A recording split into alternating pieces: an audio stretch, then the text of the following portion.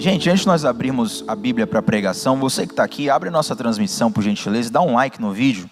Você que está assistindo no YouTube também, ainda não deixou seu like, dá um like porque isso ajuda o YouTube a entender que o vídeo é relevante e espalha para mais pessoas ainda. Eu sei que todo mundo na internet fala isso, né? Você deve estar cansado de ouvir pedido de like, eu também estou cansado de ouvir, cansado de fazer pedido de like. Mas, se você reparar bem, nosso canal da igreja tem mais de 14 mil pessoas. A nossa igreja local está longe de ter essa quantidade de membros. Isso mostra como no digital nós conseguimos ter um alcance muito bom. Pessoas de todo o Brasil, até de fora do Brasil, muitas vezes estão acompanhando a nossa transmissão aqui. Então deixa seu like missionário para fazer o YouTube espalhar ainda mais. Nicolas, vou pedir só um pouquinho mais de retorno aqui, só para não ficar forçando a voz, meu amigo, por gentileza. Abram suas Bíblias comigo em 1 Samuel, capítulo 16. 1 Samuel, capítulo 16, versículo de número 13. 1 Samuel 16, 13. 1 Samuel 16, 13. E aproveita, deixa a sua Bíblia também aí aberta em 1 Samuel 9. Daqui a pouco nós vamos para lá para falar um pequeno detalhe daquilo que nós estamos para ensinar hoje à noite. Hoje eu quero falar um pouco sobre 4 aspectos do Espírito Santo através da figura do óleo, da figura do azeite.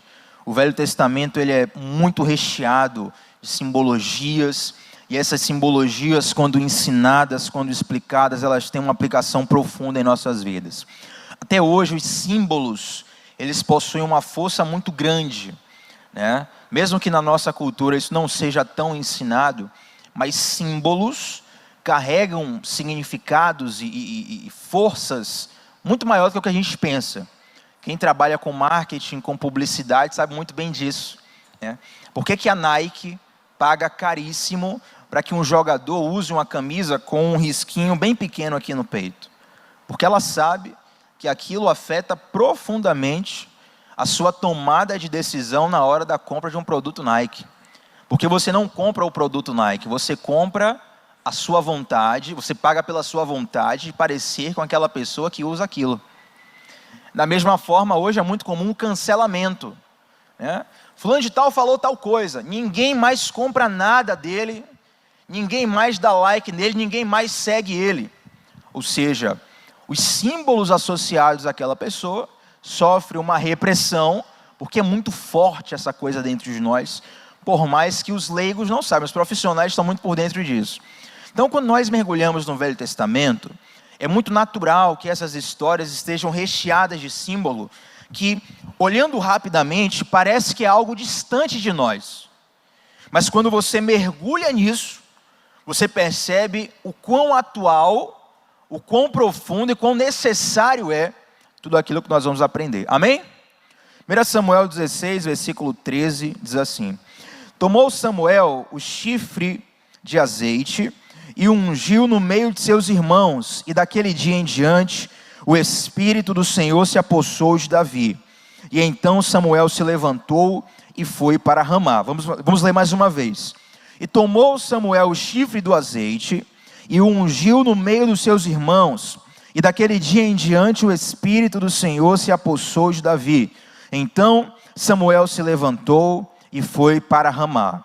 Esse capítulo inteiro, para a gente não ler, para a gente dinamizar aqui, esse capítulo inteiro, ele traz o seguinte contexto. Deus já havia rejeitado o rei Saul. O rei Saul foi o primeiro rei da história de Israel. Deus rejeita Saul por motivo de desobediência, de rebeldia, uma série de coisas. Então Deus fala com Samuel para ele levantar um novo rei. É interessante que Samuel até faz uma campanha pela vida de Saul. Clama, ora, busca, jejua, bebe água em cima da televisão, 7 voltas em cima do sal, um monte de coisa.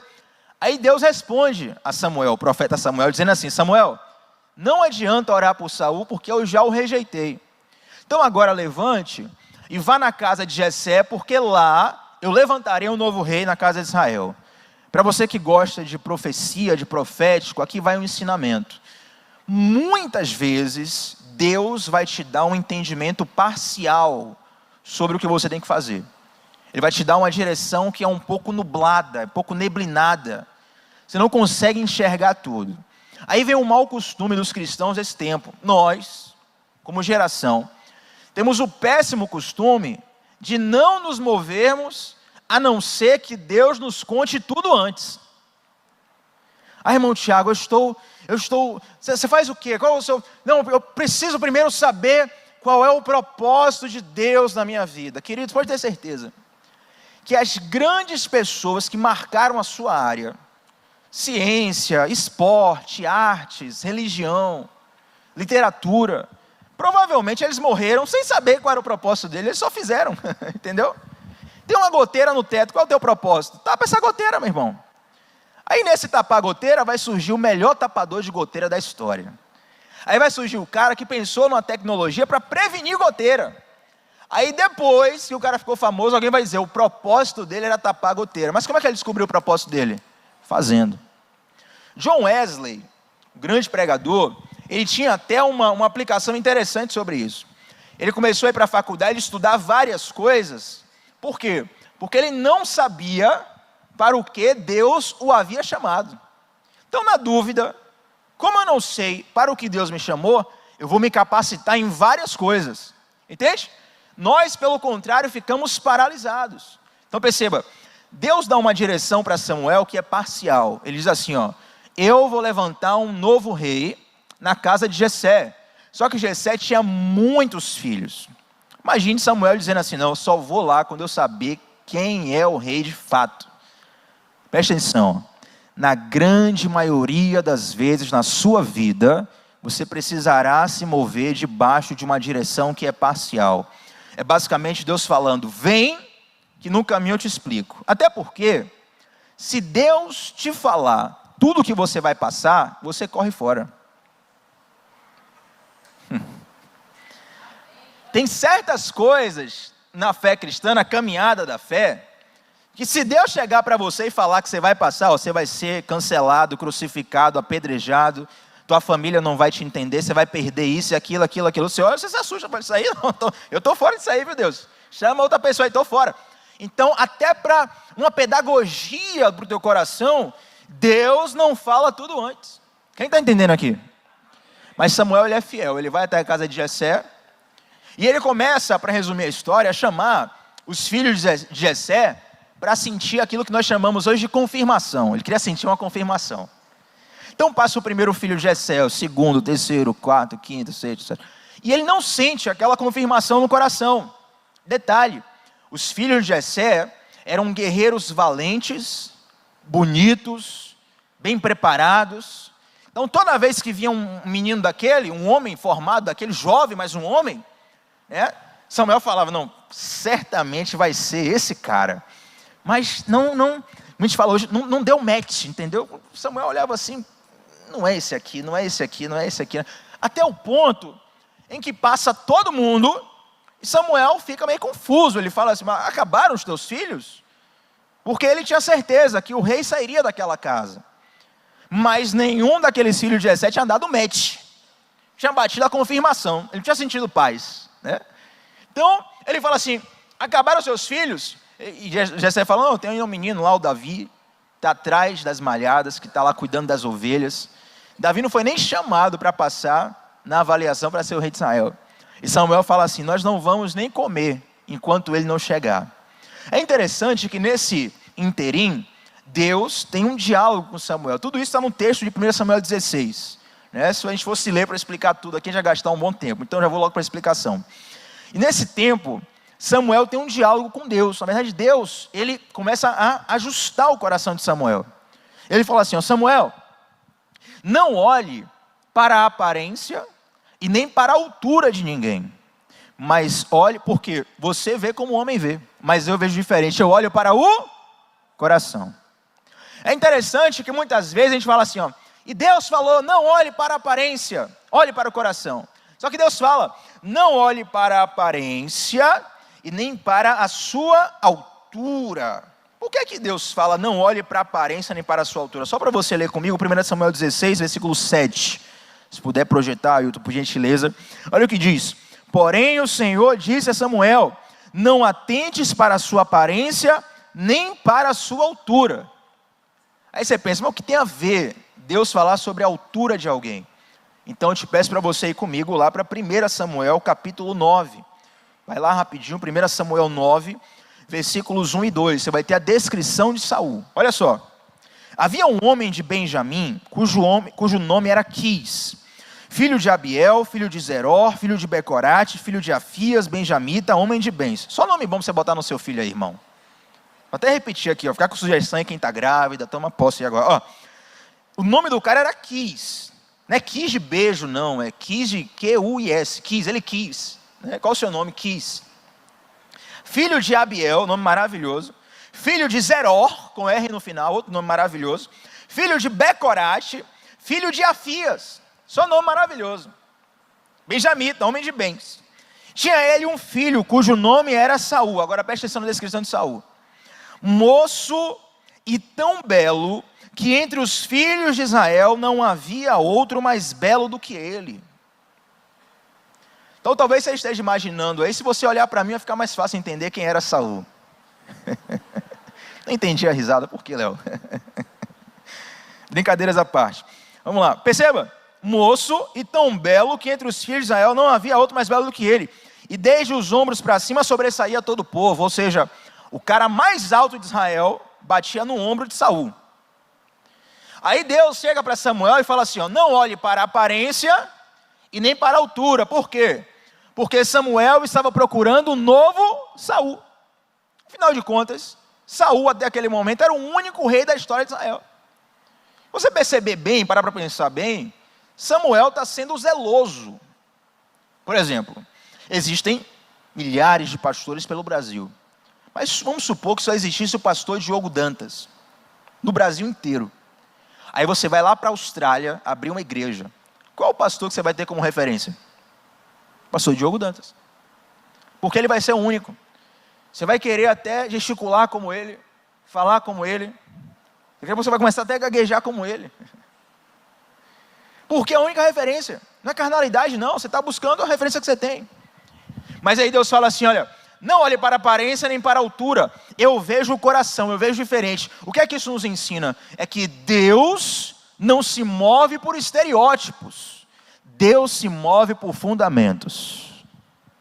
Você pode olhar para pessoas que já foram mais longe que você na fé e se inspirar nelas. Mas quando você se limita a imitar, você perde aquilo que Deus tem como novidade para você. Quando nós buscamos estereótipos externos, nós perdemos a oportunidade de discipular o nosso coração. E é aqui que Deus vê a verdadeira essência. Quantos estão entendendo aqui? Então Samuel, ele chama Davi, eles almoçam a família completa, e ao final do almoço, ele unge Davi como rei de Israel. Perceba que ao ungir Davi como o futuro rei de Israel, ele derrama um chifre de azeite sobre a cabeça de Davi. Não fala um chifre de azeite, é um pote, não um vaso de azeite, ele derrama inteiro sobre a cabeça de Davi. E a Bíblia fala que a partir dali o Espírito do Senhor passa a ser com Davi. Agora um pequeno asterisco aqui. Nesse momento, Davi recebe uma unção para ser o novo rei de Israel. Sabe quanto tempo depois Davi foi se tornar de fato rei de Israel? Décadas depois. Isso é muito importante para nós entendermos o tempo do cumprimento das promessas de Deus. Porque às vezes Deus te fala algo aqui que demora tempo para germinar. Então o diabo começa a colocar no teu coração e na tua mente o quê? Foi falso. Deus está demorando demais. Se fosse verdade, já tinha se cumprido. Mas quando você descansa naquilo que Deus te prometeu, pode ter certeza, querido, tudo vai se cumprir. Tudo que o Senhor falou na sua vida não volta vazio. Antes se cumpre o propósito que Ele quis. Quantos estão entendendo? E agora eu te pergunto, por que Samuel derrama um azeite sobre Davi?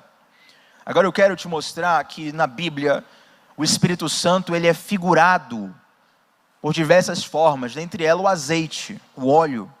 O óleo é um símbolo do Espírito Santo na Bíblia.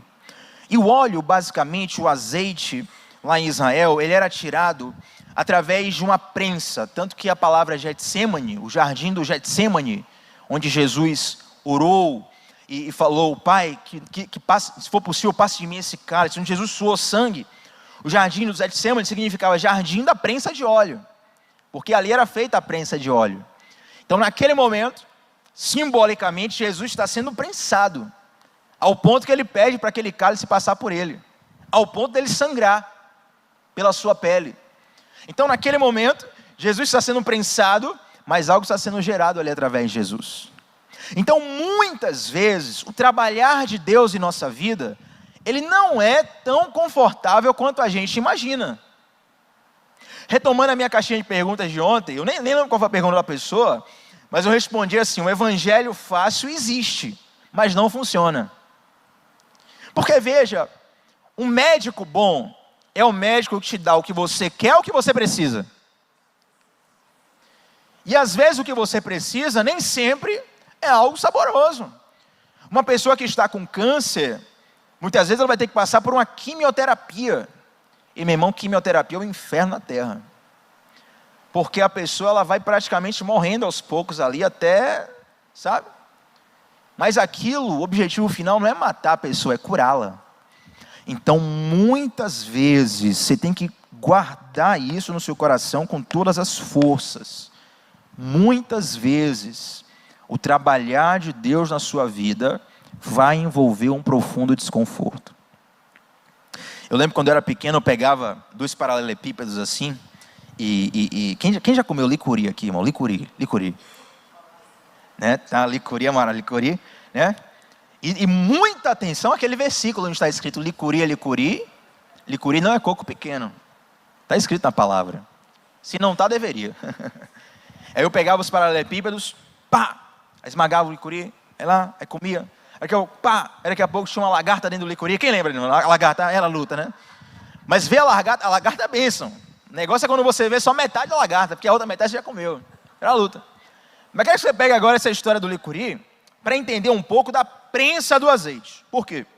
Porque o azeite, ele era prensado basicamente 4 vezes. O mesmo azeite, a mesma semente, a mesma fruta. Não sei nem se é fruta, né? Acho que não, mas vamos lá. E quando ele era prensado, em cada prensa saía um tipo de óleo específico. Então o primeiro óleo saía, uma qualidade específica servia para uma coisa, o segundo óleo servia para outra coisa, o terceiro óleo... Até o quarto óleo já saía praticamente todo pastoso, então a utilidade dele era diferente. Então o primeiro óleo que saía da prensa do azeite, e aqui já é um ensinamento sobre o que é unção, esse primeiro óleo era retirado pelos sacerdotes e levado para o uso no templo do Senhor, na casa de Deus. Isso nos ensina algo muito importante, que as nossas primícias e o nosso melhor precisa ser dado a Deus. E vou te falar aqui uma métrica que é infalível. Quem governa o teu tempo, governa a tua vida.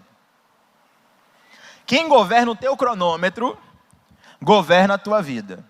Tempo não é uma questão de escassez. Ah, Tiago, eu não tenho tempo. Não, tempo é uma questão de prioridade.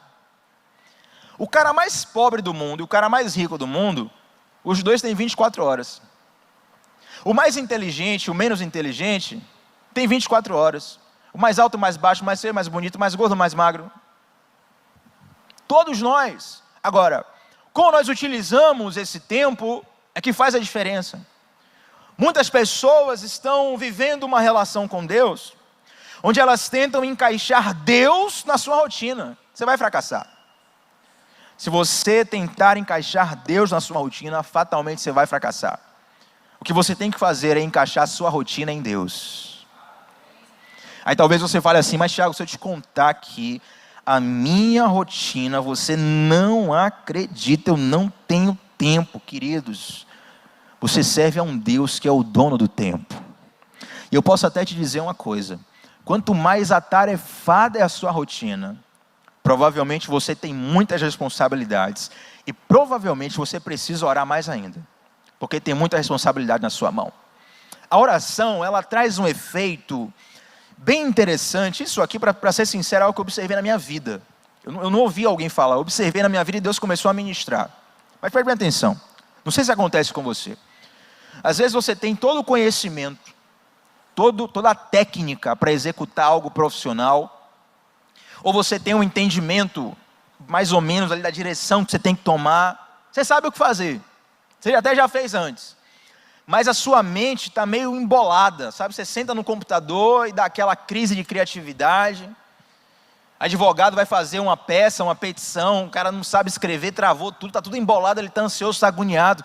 Quando você ora, é basicamente você pegar um copo de água que está cheio de areia mexido assim, sabe? Aí quando a água para de mexer, a areia assenta. Quando você ora, acontece isso na sua alma. As coisas começam a assentar dentro de você. Agora, qual é a grande questão? É que muitas vezes, a gente só vai buscar Deus quando o copo de água vira tempestade. E oração não pode ser a nossa última arma, ela precisa ser a nossa primeira arma. Oração precisa ser a tua primeira estratégia. Até porque, quando você fica um tempo sem orar, e você vai orar depois de um tempo, você já vai ali se sentindo culpado, né? Você não está orando, você já se sentindo culpado. E tem tanta coisa para orar, que você não sabe por onde começar. Você trava, procrastina e deixa de orar para outro dia. Aí está mais acumulado, mais acumulado, mais acumulado, mais acumulado. Pode perceber, se você orar 2 dias seguidos, a oração do segundo dia, normalmente ela é mais fluida. Por quê? Porque a bagunça dentro de você assentou. Entendeu? Quem está entendendo aqui? Às vezes você tem um sentimento que está te atrapalhando, e você chega para Deus, confessa para Deus o seu sentimento. Eu costumo falar que já teve momentos assim, de você ter um sentimento de querer acabar com alguém.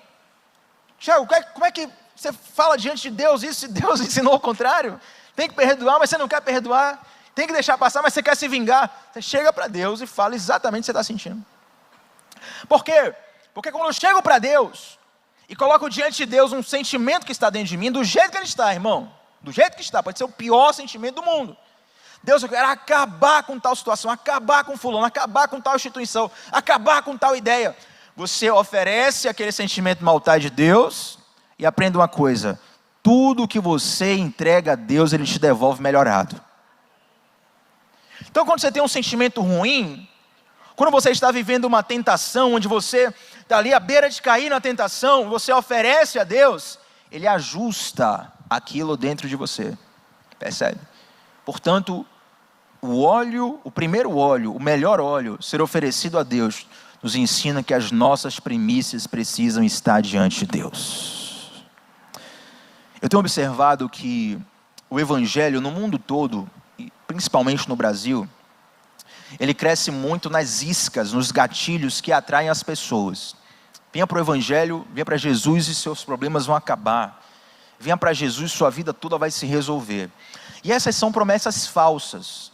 Normalmente quem vem para a igreja vem realmente com vontade de resolver um problema. Normalmente, 95% das pessoas vêm porque está numa situação e a pessoa quer ouvir a palavra de Deus e na mente dela, vai ouvir a palavra de Deus na igreja, ela vai para a igreja. Só que no momento em que Deus usa essa isca para te atrair para Ele, Deus não é um caixa eletrônico onde você vai só quando tem necessidade. Percebe? E muitas vezes nós tratamos Deus como um caixa eletrônico. Alguém aqui, fora se você for um segurança de banco, você for um segurança de banco, você está fora disso aqui, mas alguém aqui fica do lado do caixa eletrônico o dia todo? Ah, que caixa eletrônico lindo, hein? Meu caixa eletrônico maravilhoso, predileto, hashtag love caixa eletrônico. Não, você vai lá quando você precisa de dinheiro, usa, está a senha, sacou o dinheiro, vai embora. Quando é que você volta lá? Quando você tem outra necessidade. Quantas vezes nós fazemos isso com Deus? Quem já viu aquele meme? Oi Deus, sou eu de novo. E muitas vezes esse meme mostra que nós só buscamos a Deus mediante uma necessidade, e aí perdemos o melhor de Deus. Por quê? Porque se nós buscarmos a Deus dia após dia, nós teremos respostas e direções para impedir os problemas que serão criados se nós não seguirmos a Ele. Então você vai muitas vezes para resolver um problema diante de Deus, se você começar a buscar o Senhor dia após dia, a direção que Deus vai te dar já vai prevenir esses problemas. Portanto, a tua prioridade precisa ser Deus. Agora eu vou te dar uma direção bem prática aqui. Essa questão de devocional, de oração, Tiago, qual a hora certa para fazer um devocional? Não tem hora certa. Mas o corpo humano mostra que pela manhã funciona bem melhor, porque normalmente pela manhã as pessoas estão com o corpo descansado. Você está com a mente mais descansada. Então, o melhor horário para você fazer devocional, na minha opinião, é que um conselho para você, faça onde na sua rotina você está com o corpo mais descansado. Por exemplo, quando eu estava na faculdade, eu ainda tenho muitos hábitos noturnos, mas eu conseguia virar à noite. Eu virava à noite, virava 2 dias seguidos, era loucura. Café para dentro e tal, aquela coisa. Hoje em dia o velhinho não aguenta mais, né? Hoje em dia, se dormir mal, não dormir pelo menos umas 15 horas por dia, o leão não é brincadeira. Mas se bem que tem gente que, né? Mas vamos lá. Nessa época, o meu melhor horário era de madrugada. Porque eu não morava sozinho. Então, como eu morava com outras pessoas na casa, as pessoas ficavam de manhã, de tarde, televisão ligada, é rádio, é internet, é conversa, entra e sai, é chave, é pererê, parará. Então era difícil para mim. Então, meu melhor horário era de madrugada. Eu botei isso na cabeça. Melhor horário de madrugada. Chegou uma hora que eu comecei a tentar horário de madrugada e não estava rolando, cara. A concentração não estava do mesmo jeito. E aí eu comecei a perceber, eu que nunca fui de horário de manhã, comecei a perceber que de manhã a coisa estava fluindo melhor. Então cabe a você identificar o melhor horário e ser estratégico em relação a isso. Ao invés de você esperar um anjo descer e entregar uma revelação para você sobre qual é o melhor horário, sonda a tua rotina e faz da tua melhor disposição mental o horário para Deus. Faz isso aí e pode me cobrar daqui a 6 meses se a tua vida devocional não vai estar profundamente transformada. Aí então o segundo óleo era retirado através da prensa do mesmo azeite. O azeite foi espremido, o primeiro óleo era utilizado na casa do Senhor, o segundo óleo era o óleo utilizado para o alimento. Aquele óleo, não o óleo de soja que você usa em casa, mas o óleo de azeite. Né? E esse óleo da segunda prensa era utilizado para temperar, saborear, cozinhar o alimento. Isso nos fala sobre como Deus precisa ser o nosso alimento. Tem uma expressão no Antigo Testamento chamada pão da presença. Pão da presença era algo que ficava específico e exclusivo para os sacerdotes. Então os sacerdotes, eles se reuniam e comiam do pão da presença. Olha que simbologia maravilhosa. Lá em Apocalipse, a Bíblia fala que nós somos reis e sacerdotes. E desde em Êxodo 20, Deus já fala que Ele quer uma nação de sacerdotes. Não é uma nação com sacerdotes, é uma nação de sacerdotes. Então todos que estão no reino de Deus são sacerdotes. E os sacerdotes se alimentam do pão da presença. Você precisa se alimentar da presença de Deus. O que é que vai acontecer com o teu corpo se você não se alimentar bem? Você vai enfraquecer, vai ter doenças. E num caso mais estendido, você vai até morrer. Na vida espiritual é a mesmíssima coisa. Mas sabe qual é a questão, queridos? É que nós medimos a nossa saúde apenas olhando no espelho. E um espelho só mostra a estética. Um espelho só mostra o que está fora. Mas Deus diz, a palavra do Senhor, Tiago escreve na sua carta, que nós precisamos olhar para a palavra de Deus como um espelho. Por quê? Porque quando nós lemos a Bíblia, ela nos lê de volta. Eu não sei se você já viveu essa experiência, eu vivi várias vezes e vivo ainda hoje, de ler uma passagem da palavra de Deus e sentir como se Deus estivesse me escaneando através da palavra. Me sentir constrangido a mudar condutas e direções por conta de algo que foi gerado dentro de mim na leitura da palavra. Quando nós vivemos tempos de frieza espiritual, pode lembrar na sua vida aí. Quando nós vivemos tempos de frieza espiritual, quase que 100% das vezes, esses tempos de frieza espiritual estão associados a tempos onde nós não lemos a palavra de Deus. Quase todas as vezes, esses tempos estão associados à escassez de mergulho na palavra, preguiça de ler.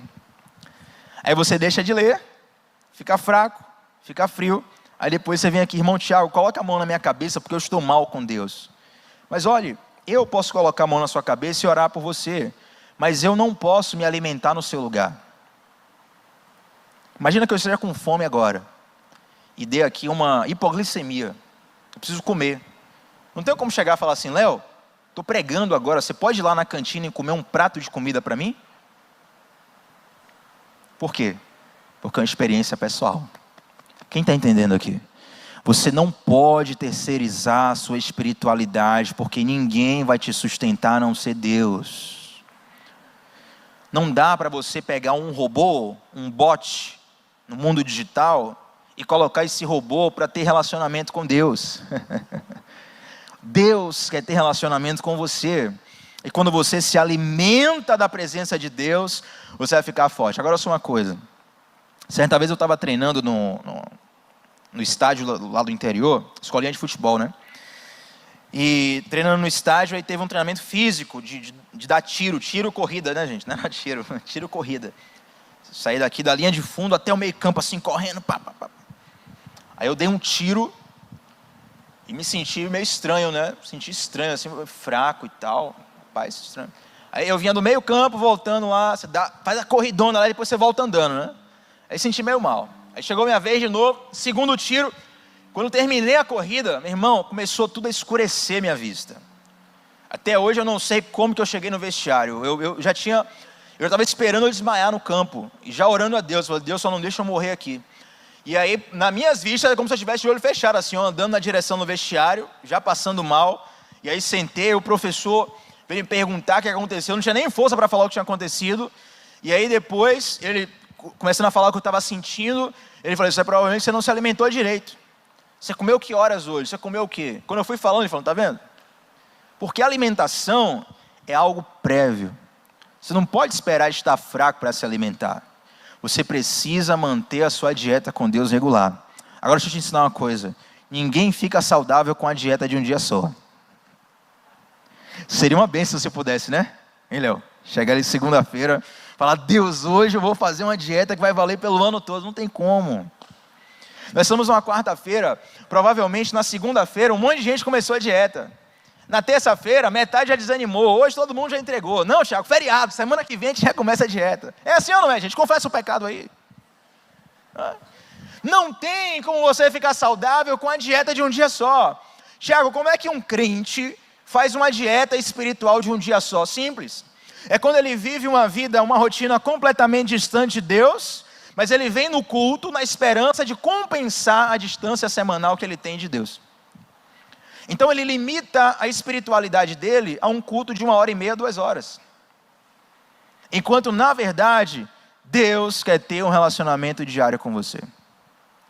Tente limitar o teu relacionamento de casado, casada, com o teu cônjuge a 2 horas por semana e veja depois como vai estar o casamento, depois de 1 ano.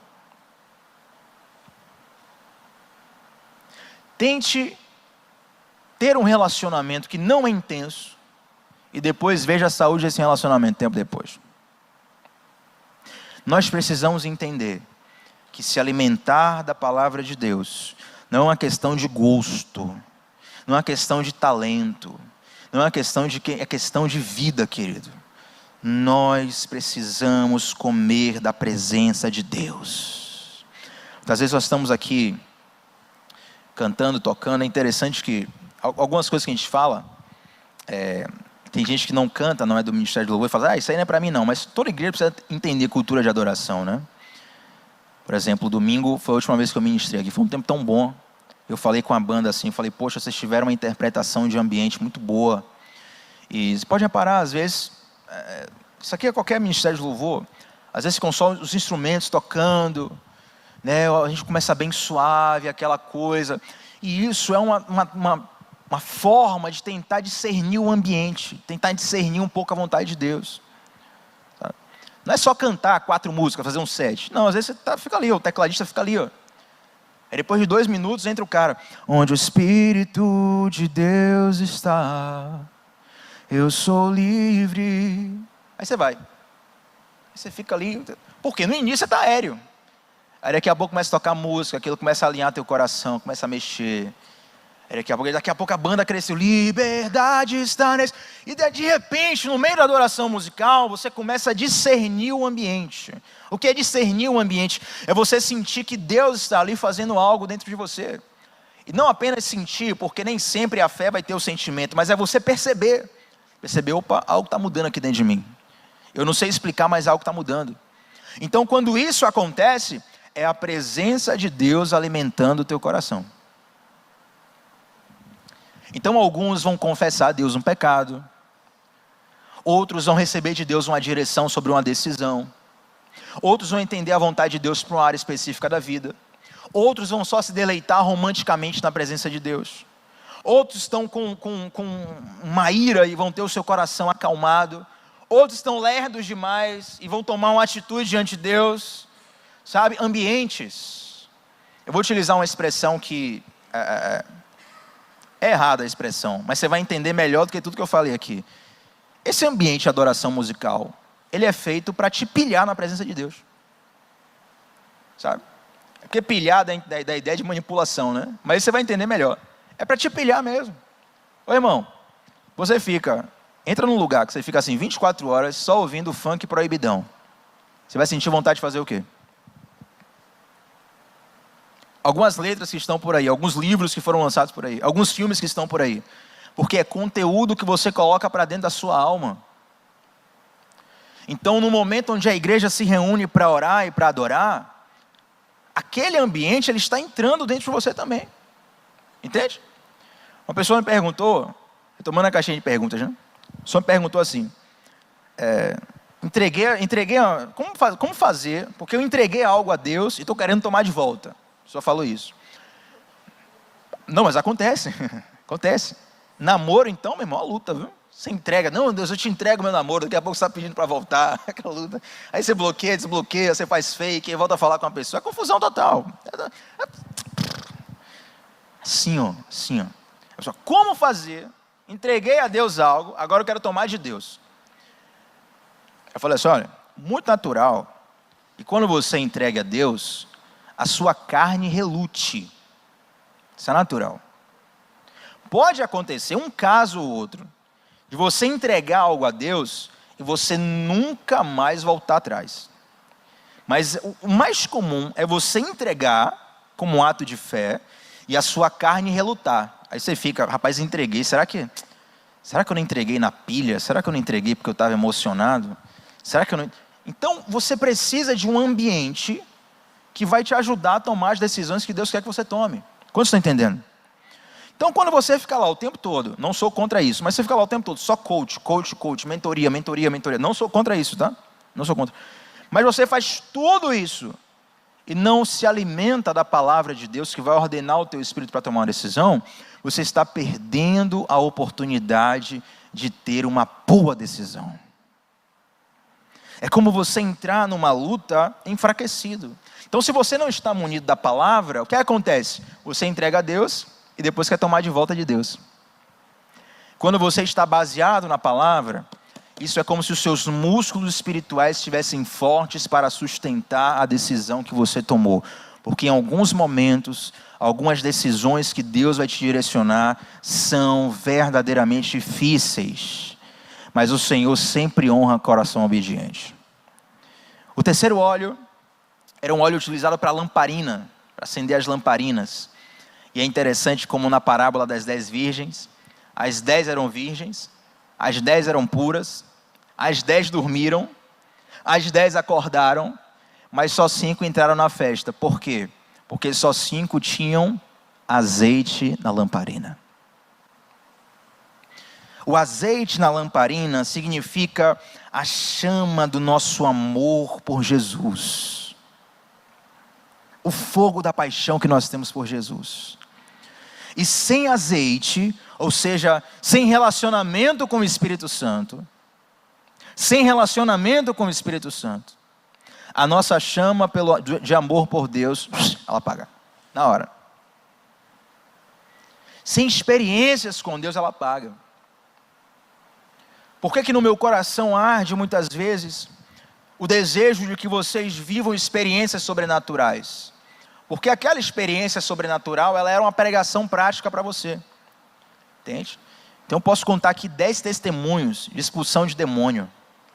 Mas quando acontece na sua casa, você fala, não tem como falar contra, sabe? Você viveu aquilo. Eu lembro de certa vez, eu tinha em torno de 11 ou 12 anos de idade, e eu tive uma micose, né? Não era bem micose, mas ficava coceira no corpo todo. E não era só coceira, era um ponto de... Coçava e quando eu coçava a pele, feria. Era algo, realmente estava já... Eu passei mais ou menos 1 ano e meio, 2 anos nisso, até que consegui o tratamento, fui curado. E... medicinalmente falando, desculpe, insapiência, eu não sei explicar como, o que estava na minha pele, mas tinha alguma contaminação na pele, que eu ficava me coçando o tempo todo, me coçando. Aí eu me coçava, me feria. Então, às vezes eu ficava, até para jogar bola, até para jogar alguns campeonatos na escola, eu cheguei a jogar campeonato de calça, porque a perna ficava ferida, eu ficava com vergonha, eu usava... Entendendo? Aí aquele drama, né? Aí Deus me curou. Deus me curou, glória a Deus por isso. Aí, de repente, uma certa pessoa de uma determinada religião, não cabe falar, porque a ideia não é criticar religião nenhuma, pessoa de determinada religião veio meio que evangelizar a mim, para eu entrar na religião dela. A pessoa veio falar comigo e tal. Eu comecei a conversar com uma pessoa, daqui a pouco entrou num papo de cura. Deus cura, Deus não cura, Deus cura, Deus não cura. Aí a pessoa falou assim, não, Deus só curava naquela época, ali era para mostrar o poder de Deus e tal, para você acreditar. Mas hoje em dia Deus não cura mais. Aí eu falei para a pessoa assim, eu falei, olha, eu sei que Deus cura. Ele falou, como é que você sabe que Deus cura? Eu sei que Deus cura porque Deus me curou. Então a pessoa tinha toda uma argumentação para mostrar que Deus não curava mais. Eu tinha meu testemunho.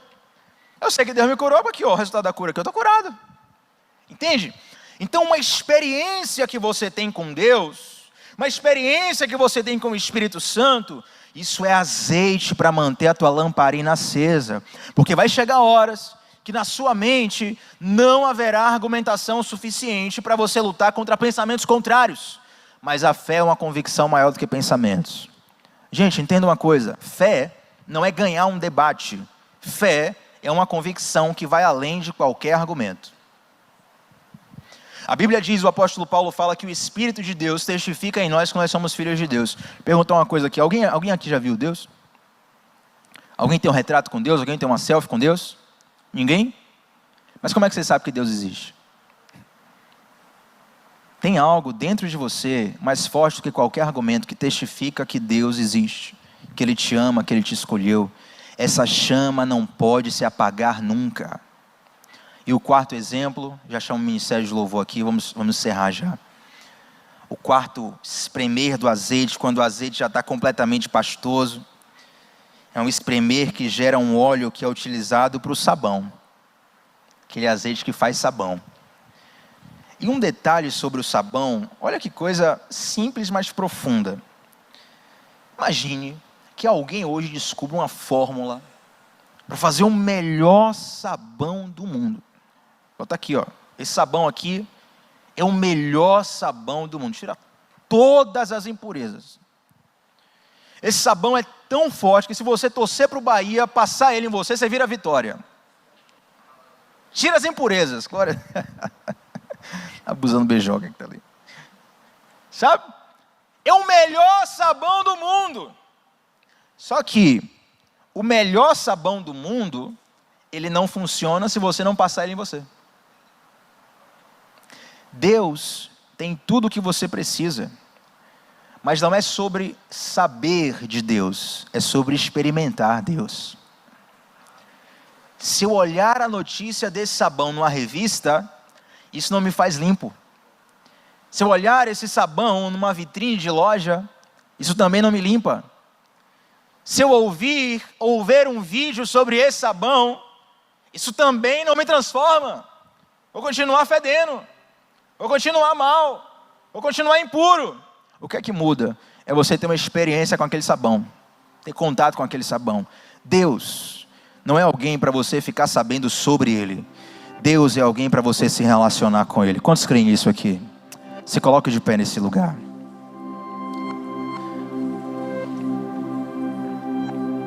A Bíblia diz que a partir daquele momento em que Davi foi ungido, o Espírito de Deus passou a estar com ele.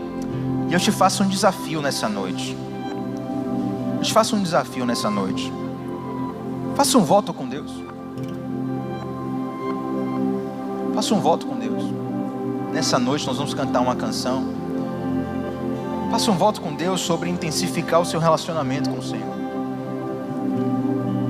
Faça um voto sobre entregar sua prioridade a Deus. Talvez aqui no momento da oração você vai fazer um voto com Deus sobre o horário que você vai buscar Deus todos os dias. Porque se você não marcar um horário, você não vai conseguir. Você vai entregar sua manhã, sua madrugada, sua tarde, seu intervalo de trabalho, alguma coisa, mas faça um voto com Deus. Faça um voto com Deus sobre se alimentar da presença dEle. Faça um voto com Deus sobre manter a sua lamparina acesa. Faça um voto com Deus sobre se limpar com esse sabão que não tira apenas manchas externas, mas que limpa o nosso interior. Existem manchas, feche os seus olhos. Existem manchas que homem nenhum pode tirar. Existem manchas na história que nem voltando no tempo conserta. Quantas vezes nós gostaríamos de voltar no tempo para fazer diferente? Talvez você voltasse no tempo, mas faria até pior. Mas existe um Deus que pode mudar a sua história. 2 Coríntios capítulo 5, versículo 17 diz que se alguém está em Cristo é nova criatura, as coisas velhas se passaram, eis que tudo se fez novo. O azeite também é utilizado para cosméticos.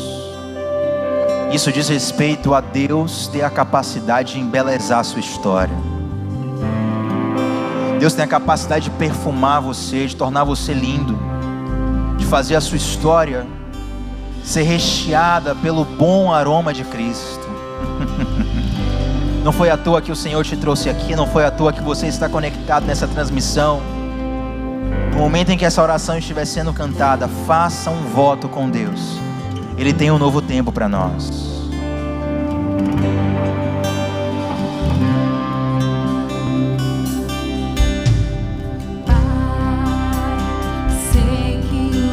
Teus olhos estão sobre a terra a procurar alguém que te adore em espírito, alguém que te adore em verdade.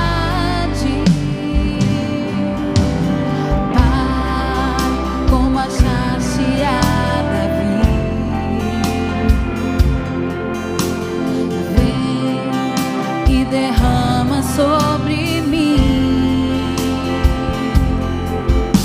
o óleo precioso da unção que me faz seguro.